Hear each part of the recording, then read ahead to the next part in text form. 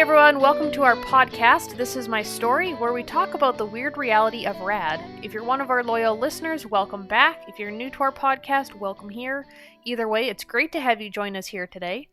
This podcast is all about interviews with parents, kids, and professionals who come on here to share their stories with us on a wide range of experiences they've had, whether it's their parenting journey or the craziest thing that's happened to them. And we have a lot of kids sharing their journeys of healing with us. Today is Tuesday, June 9th, and this is our 15th episode. Joining me today is Joanne Couture from Lobes Services in Winnipeg. She was on here last week talking about Brainwave Optimization, and this week she's going to be sharing with us how Brainwave Optimization can help parents. So she talks about great ways to manage stress, great ways that the brain works, and how Brainwave Optimization can help you be the best parent you can be when parenting in a very high-stress situation, such as having a child with Reactive Attachment Disorder. So I'm really excited to have her here with us today. We're going to link all of her information down below, so if you want to get a hold of her, you can do that. I highly recommend booking sessions and seeing what she can do to help your brain get back on track. All right, let's get into it.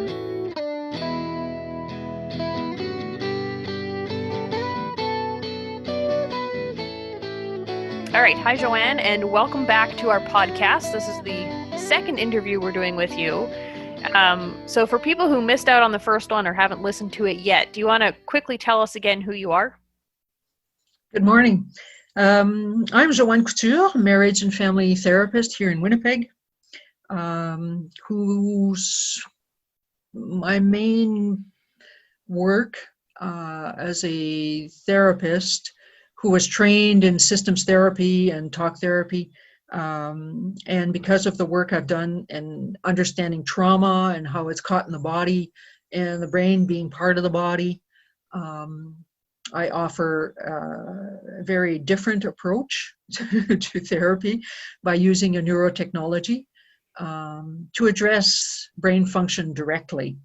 So I use Brainwave Optimization. And yeah, you know, most sessions have some talk therapy in it. We do, if clients need to talk about things, it happens. It you know, Yep. I don't say, no, go talk, you know. But right.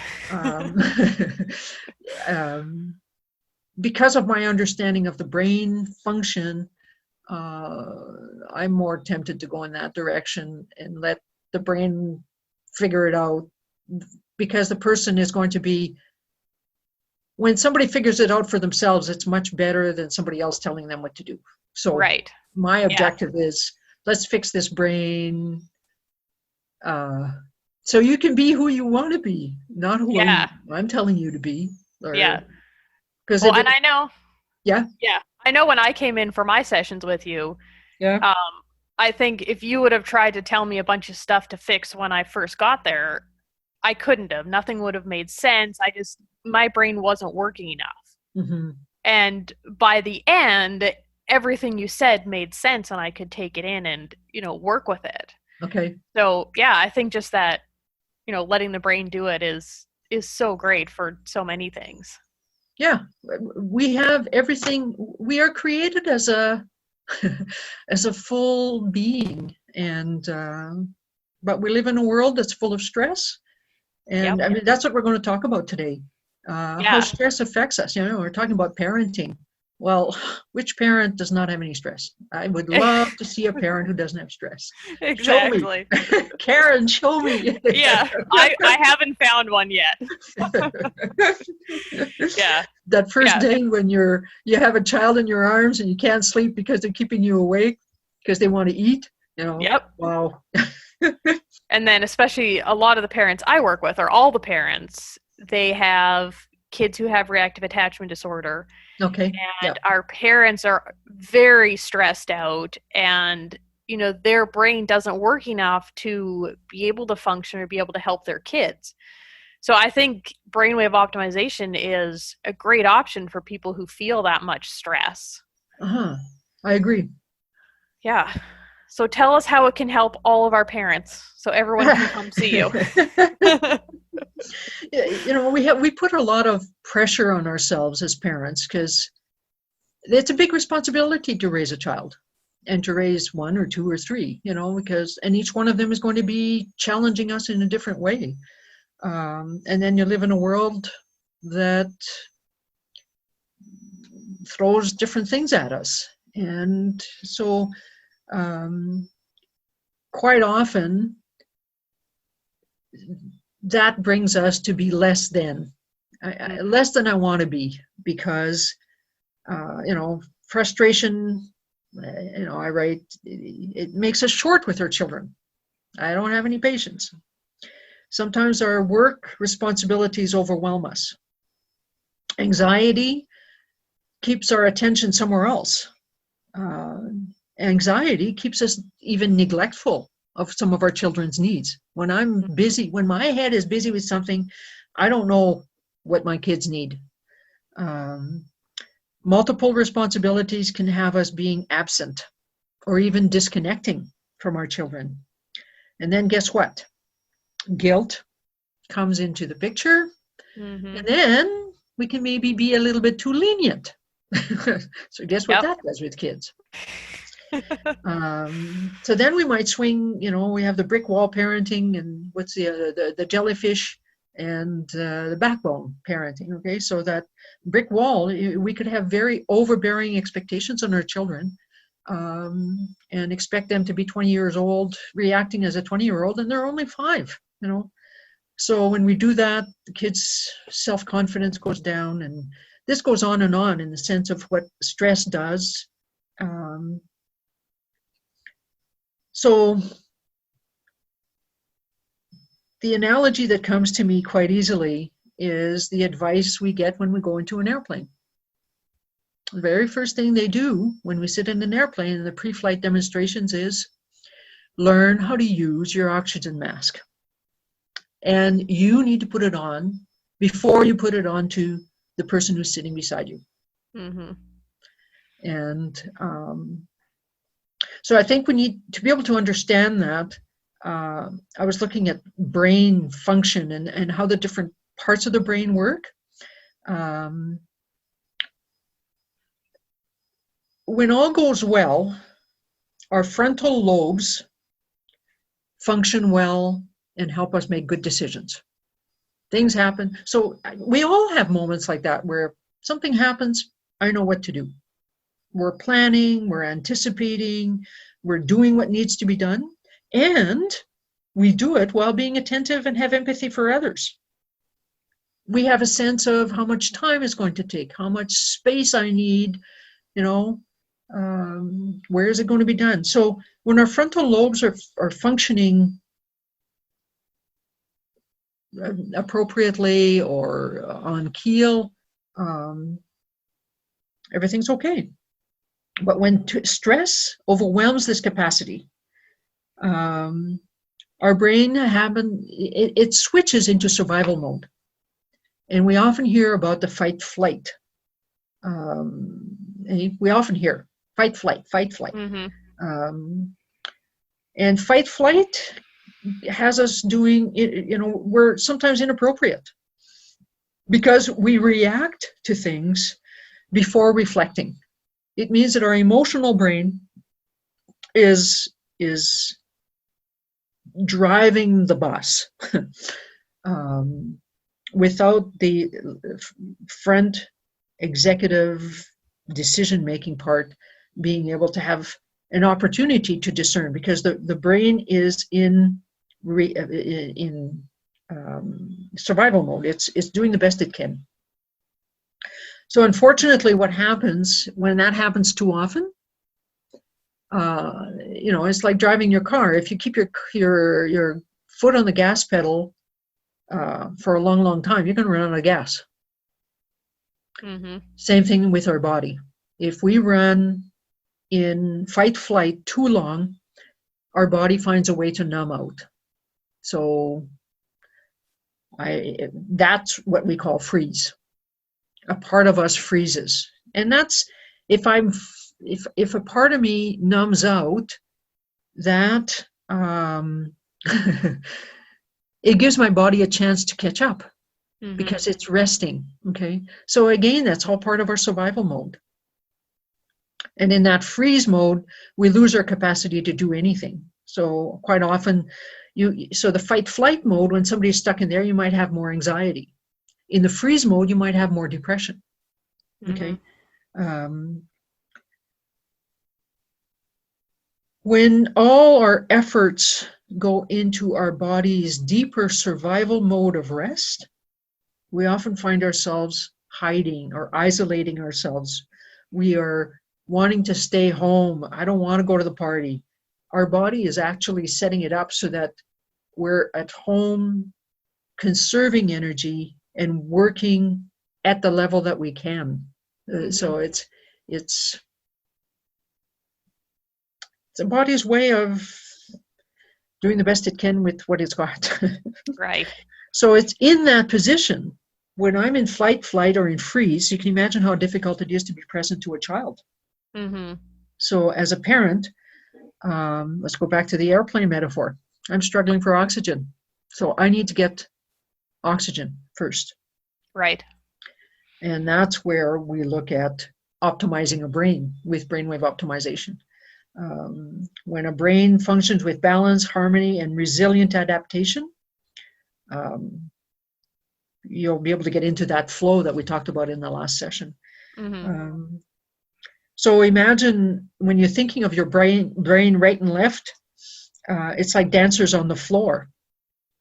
So when you've got dancers dancing, you can tell that they're responding to each other. They're not both doing the same thing. They're complementary. They're stepping according to the other and responding, adjusting. And the same thing with the brain. When the hemispheres are playing together, the volume and the activity of the brain is doing that dance. So when that dance happens, I have more capacity. Right. The other part that we look at is harmony. So when you think of a choir, you've got the sopranos and the basses, and how difficult it is to have a soprano out of tune because that hurts the ear. Well, when there's harmony, all those parts work together. So when you think of a choir or the jazz players really they listen to each other and fill in when they can. So the brain is like that. And when we can get that going, then you've got a brain that will have, sleep will be possible. You'll have fuel for creative ideas. Your logical thinking is possible. There's emotional stability, spiritual awareness, and your physical performance. A lot of clients come just for enhanced performance because they might say, well, there's nothing wrong with me. I just want to be better. Yeah. So when all these things happen, we have much more of a resilient adaptation. So when you think of your immune system, when your immune system is up, you're resistant to bacteria and viruses, and you don't catch colds. It's when we're compromised that things. So it's about what can I do in my planning to make myself as resilient as possible. And as a parent, I think that's important because so then my next image that I use is a house. Okay, so when we think of building a house, we usually make sure we have a level foundation. Brainwave optimization brings, when it addresses balance, when it addresses the harmony in our brain, it brings balance back to this brain, to this house that's been destabilized by storms, by trauma. And I mean, life happens. It's not my fault. Just, I came around the corner and there was the mouse and it scared me. That's not my fault.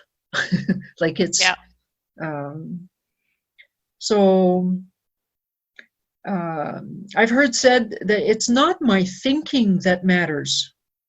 It's the brain imbalance that matters. When you're looking at a lot of these experts that are looking at neurotechnology, it's quite clear. It is about brain function that makes all the difference. So when a person is experiencing anxiety, hypervigilance, or anger, you can for sure know that it's a sympathetic nervous system that's on. Sympathetic is your right brain. It's I got to be on edge. Mm-hmm. And if it won't calm down, sometimes we learn techniques. So breathing exercises, massage, like some people can go for a massage and fall asleep. Others can't. That's how amped they are. Mm-hmm. But that massage helps. Okay. Yoga helps.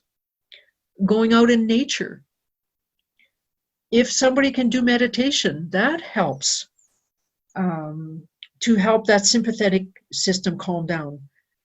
Times of devotion. When my system is so amped that those things don't help me, then to me it's like it's time for brainwave optimization. Let this technology shift or build those neural networks so that that capacity can come to you, that you can build it. I can't build it if I'm running all the time. Mm-hmm. To be able to build, I have to be able to pause. and if I can't, well, then you got to use something. And it's not talk therapy. It is an internal shift that happens. And once a brain is balanced, options open up. Therapy is possible. Forgiveness of self is possible. Compassion for others is possible.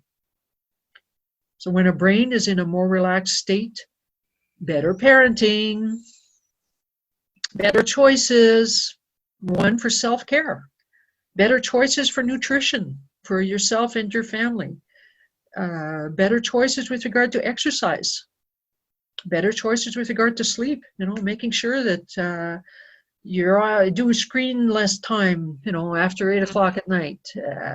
Like there's choices we make sometimes that are beneficial and some choices aren't. So when the brain is in a relaxed mode, those choices become clearer for yourself and for others. So to me, yeah, I guess it's a no-brainer. It really is, yeah. But I'm in. It's my work, so Yeah. No, saying that, brainwave optimization isn't a cure. It doesn't cure. It's not a treatment that magically or temporarily takes away your symptoms. No. In fact, when people come in with lots of symptoms, I'd rather we not do it. Lots of symptoms when somebody's not feeling well, when they've got a cold or they're not feeling good, brainwave optimization is work. So I would say no, get over that first and then do, because this is about building your capacity, not taxing it. Yeah. So the focus is on creating wellness as it helps relax the brain so it can free itself from limiting patterns. Like if your system is already working very hard, you don't want to add more. But if you have a really good capacity, like it's like stress, yes. But if you're sick with stress, then let's get over the illness first and then come and address those patterns that stress has created. So what we want to do is increase the brain's ability to manage negative stressors one step at a time at your own pace, and helping a parent being the best they can be, because the challenges are going to continue. Those kids around you are there with their life full of life-giving curiosity and challenges. Yep. And when you're talking about it not being a cure, when I did my treatment with you, it wasn't so much that, I knew all the things I could do. I knew meditation and yoga and self-care, but I couldn't do it. Okay. And why not? Yeah, I don't know. It was like all these things I knew I should do to feel better, but my brain couldn't go that far. Yeah. Okay. And then after those just 4 sessions, 4 or 5 hours that I spent there, I was able to do all of that stuff. Yeah. So I was able to work and able to do those treatments. So it was kind of just, unsticking my brain enough to even, get to that place where I could do that. Okay. And that's exactly what we want, is if you can't do it of your own decision making, then let's help that brain relax a little bit. Because when you start doing those activities, you are maintaining that brain activity. You are doing that maintenance that helps you keep on being resilient. Mm-hmm. So people say, well, did it help? Because I'm doing okay. Well, yeah, you're doing okay because now you're able to do it. Exactly. And that's what's neat. And then it's good to come back every once in a while for a tune-up because it's about better performance. Yeah. Yeah. So. Well, I've been curious too, just it's been almost a year since I was there, and I would be curious to see what my brain map would look like, or what the graph would look like. That often has me very curious. Yeah. So I'm gonna have to come back in sometime. There you go. Yeah. So that's one thing that I try and help people understand, is that self-care is important. If we don't take responsibility for ourselves with regard to nutrition, exercise, sleep, healthy environment, good connections with others, if you don't take responsibility for that, then it doesn't matter what anybody else does. Mm-hmm. So brainwave optimization helps you shift into a capacity to do that. The other thing that we need to keep in mind is that because of where we are, because of what we've learned to self-manage, sometimes we use alcohol, we use tobacco, we use drugs or medication, or even supplements sometimes to help manage things. Something we need to keep in mind is that any one of those things can have a sedating effect on certain patterns of the brain. Mm-hmm. So when we talk about 4 sessions, that's a baseline average person. When somebody comes in that's been on medication for years and years and years, we are surely looking at a brain that has a cast. Right. That medication is a cast. So sometimes I can't exercise with that cast because I can't bend my leg. Mm-hmm. That brain, even with brainwave optimization, can't shift because the medication is keeping it in the cast. It's casted. So quite often what happens with brainwave optimization is that clients will help their brain, with brainwave optimization, help that brain shift a little bit. And then they might, with their doctor's consultation, might start titrating off that medication so that we can go from a cast to a brace. Mm-hmm. Okay, so anything that we've done, whether it's supplements, medication, drugs, tobacco, there are some patterns that need to be relaxed, and it might take longer. Mm-hmm. So some people might come, quite often I might have somebody come in and do 4 sessions. They might come back in 3 months or 6 months and do it again. We have to keep all those things in balance. Titration, building, being attentive to your body so that you know what to do and when. Right. It's all in discussion. Yeah. Yeah, that's great. I think this information is really helpful for parents, and even just realize that it's not in their head, as people say, and it's not just thoughts they have. It's actually their brain being affected, and they can help it. Yes. Yeah. But it's not, it's in your head. It's not that we're always scared of this mental illness stigma. Mm-hmm. Mental illness is a sign that something isn't balanced. So attend to the imbalance. When I have a sore finger, I need to attend to it. Mm-hmm. When I have a sore foot, I need to attend to it. A mental illness, we need to attend to it. Yeah. So brainwave optimization is a way to help those neurons and help that electrical functioning better. Mm-hmm. And then I just love watching what's going to happen. Like clients shift, and I'm okay with that. Yeah, exactly. Yeah. All right. And then one last thing I wanted to mention here. You work in a therapy group, or there's a group of you working together. Is that right? Yes, we Safe Harbor Therapy is it's independent practitioners who are working in the same area, so that when we see different needs, we might refer to each other. We have a naturopath. So, with regard to supplements, with regard to looking at what's going on at the organ level, rather than looking at the imbalance or the chemical imbalance, let's look at what's causing. So, using a Chinese medicine approach. So we have a lot of, it's a whole variety. Using, we have a Tai Chi and Qigong practitioner just to help energetically help shift. We have a somatosensory therapy approach for children, for example, that help children become more aware of their sensations, and then learn easy ways to manage themselves. Yeah. For adults, we have EMDR. There's counselors with EMDR. We have a massage therapist. So in this center, I offer the Brainwave Optimization, neurotechnology, to just as another option. Yeah. So La Loba services within Safe Harbor Therapy. And I have, there's podcasts there as well. Okay. And blogs, both on my website, La Loba Services, and as well as Safe Harbor.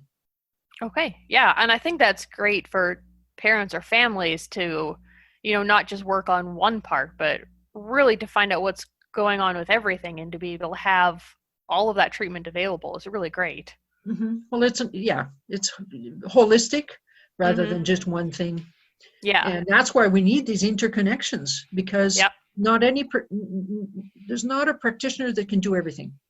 Exactly. So, yeah, that's great. All right. So thank you again for joining us for this episode. And hopefully parents will listen to this and call you. Okay, that would be great. 204-612-1579. Perfect. Yeah, and we'll put that all down below also so people can save it and find it. Perfect. All right. Thank you. Thank you, Karen.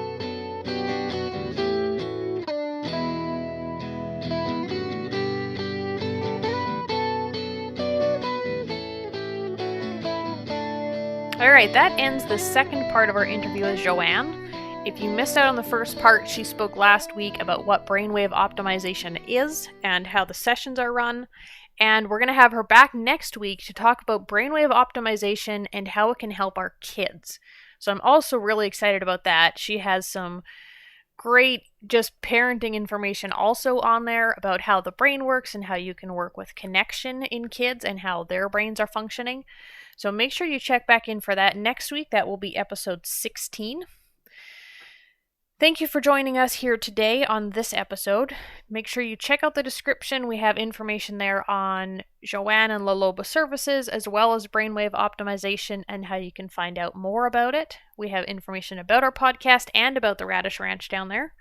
And if you haven't already, make sure you subscribe to our channel and you've turned on notifications so you can get our episodes straight to your inbox. Also, check out our Facebook page and Instagram account. We post on there on a daily basis with great information for parents and caregivers, respite providers, and people interested in trauma and reactive attachment disorder. The songs on our podcast are The Way Things Go and Come Down, both written and recorded by French Press and used with their permission. This Is My Story is brought to you by the Radish Ranch. I'm your host, Karen Poitras, and I will see you next week. Stay awesome.